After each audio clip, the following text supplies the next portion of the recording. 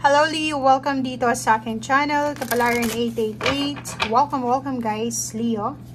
Ito yung weekly tarot. Alamin natin kung ano ang messages, vibration, gabay, energy para sa lahat ng Leo friends natin na nanonood. I hope na makuha nyo ang energy guys, ha?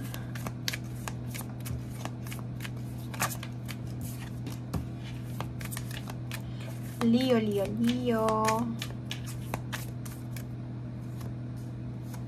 Kunin natin yan.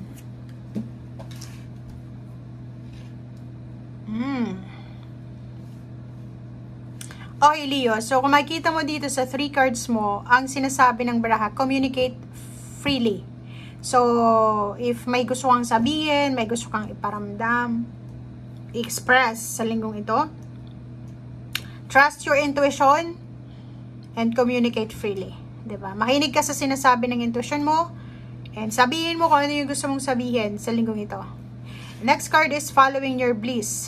Dito sinasabi ng baraha na pwede din tong communicating freely na to, decision making. Na kung may gusto kang gawin, may gusto kang pagdesisyonan, sundin mo kung ano yung magbibigay saya sa'yo.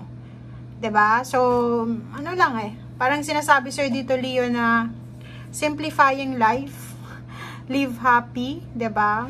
Kailangan mong sundin kung ano yung saya. Kung nasaan yung ligaya, doon ka dapat.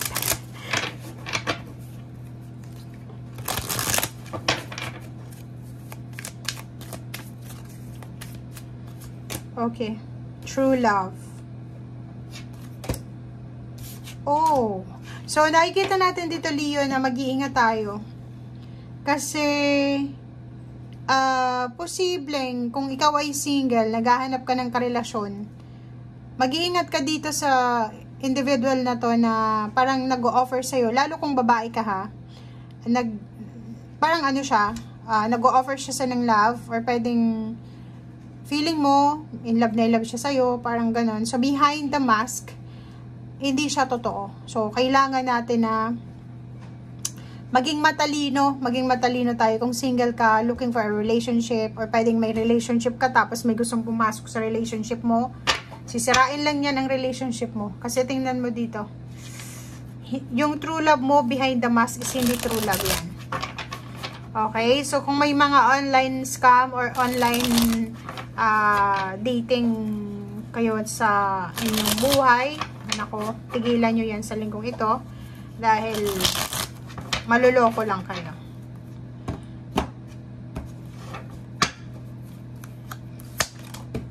Oh, sorry. First card dito is 3 of Pentacles. Nakikita natin dito, Leo, na yun. Kasasabi ko lang dito diba? So, dito relationship. Dito naman, money. Collaboration, business, partnership, or kano pa man. So, sa linggong ito, make sure, mag-iingat ka. Be careful, dahil if ever man may karelasyon ka na, pwedeng sirain ng taong ito yung relationship mo na stable na ngayon. If ever may work ka, if ever may business ka, make sure na umiwas tayo. Hindi natin pwedeng maiwasan to So, harapin mo na lang kasi 7 of Swords may paparating sa buhay mo sa linggong ito. Or pwedeng sa mga susunod na araw na pwede niyang sirain kung ano man ang commitment, kung ano man itong stability na mayroon ka. So, for example, sa pera, usaping pera, maayos yung takbo ng pera mo, tapos siguro nakatanggap ka ng malaking halagang pera sa linggong ito. Tapos may isang tao na alam niya na sumweldo ka or nakuha mo yung pera mo, papasok siya sa'yo sa buhay mo para humingi ng pera or mag-loan or umutang ng pera. Huwag kang magtitiwala.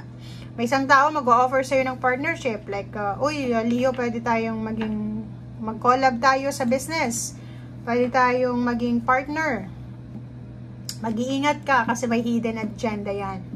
So, kasal din. If ever may nag-offer sa'yo ng kasal, single ka, or may isang tao na nag-declare sa'yo ng pagmamahal sa linggong ito, out of the blue, ingat-ingat din. Dahil behind the mask, hindi yon totoo. Okay, so Leo, sinasabi ng baraha sa'yo dito na make sure na sa linggong ito ay kailangan mong ayusin emotionally, yung parang maturely. Kailangan mo, instead na mag-focus ka sa mga taong alam mo na mga manloloko sa buhay mo, mag-focus ka sa pag-iipon ng pera, 'di ba? So if may hawak kang malaking halagang pera ngayon, wag mo yon na i-invest sa kung ano-ano, 'di ba? Kailangan mo daw na i-keep muna siya. Patagalin mo muna yung pera, parang mag-stay muna siya sa bank account mo ng mga ilang araw, ilang buwan, or ilang linggo, 'di ba? Kasi may tendency dito, Leo, na parang pwedeng makatanggap ka ng malaking halagang pera, tapos ang gagawin mo splurging, 'di ba? Spend dito, spend doon, bili dito, gastos doon, hanggang sa naubos na. Ang sabi ng baraha sa'yo, kalmado lang. Kumalma ka sa linggong ito. Tingnan mo, Queen of Cups. Kumalma ka. Ilagay mo muna yan sa bangko mo. Maging kuripot ka muna. Diba? Kasi parang yun yung nyo yun yung energy nyo palagi. Pag nakahawak kayo ng pera, parang dahil sa sobrang saya nyo, spend dito, spend doon, bili dito, bili dyan. So, yun ang sinasabi ng baraha. So, nakikita natin dito, guys, na sobra kang masaya sa linggong ito. Kasi feeling mo yung hinihintay mo na pera or hinihintay mo na offer ay dumating na. Pero may 4 of Cups tayo dito na sinasabi na be realistic tayo. Lalo na kung may nag-o-offer sa'yo ng love or relationship or nag-o-offer sa'yo ng partnership sa business or work. Hindi yan totoo. Unrealistic yan, guys. Diba? So, yun. 4 of Cups.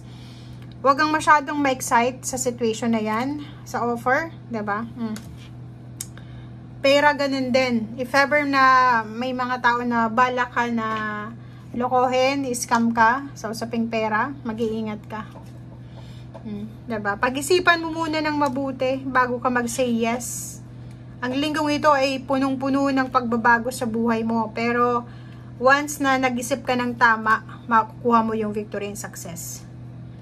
Diba? Ang dami-daming biyaya. Daming messages. So, etong baraha sa pangatlong line is sinasabi ng baraha na maraming pagbabago, maraming mababago sa buhay mo. Maraming darating na new beginning. So, ang advice sa'yo ng baraha, maging confused ka muna, 'di ba? Pag-isipan mo muna, wag kang yung parang eto na yung gusto ko. Eto na yung gusto ko, eto na yung bibilhin ko, 'di ba? If may gusto kang bilhin, mag-search ka muna ng ibang store, parang ganon. Kasi may tendency na yung iba kasing Leo, like may bibilhin sila, isang store lang, doon lang talaga sila, hindi na sila parang pupunta pa sa iba. So, yun, victory and success, ang dami-daming good news dito na darating sa'yo sa linggong ito. May darating na pera, relationship, may darating na magandang balita, confirmation, may bagong trabaho, may mga sisimulan ka na hindi mo alam kung saan ka papunta, pero punong-puno ng new beginnings ang linggong ito para sa'yo. Okay? So, yan guys, ang sinasabi ng baraha. Thank you and see you again. Bye!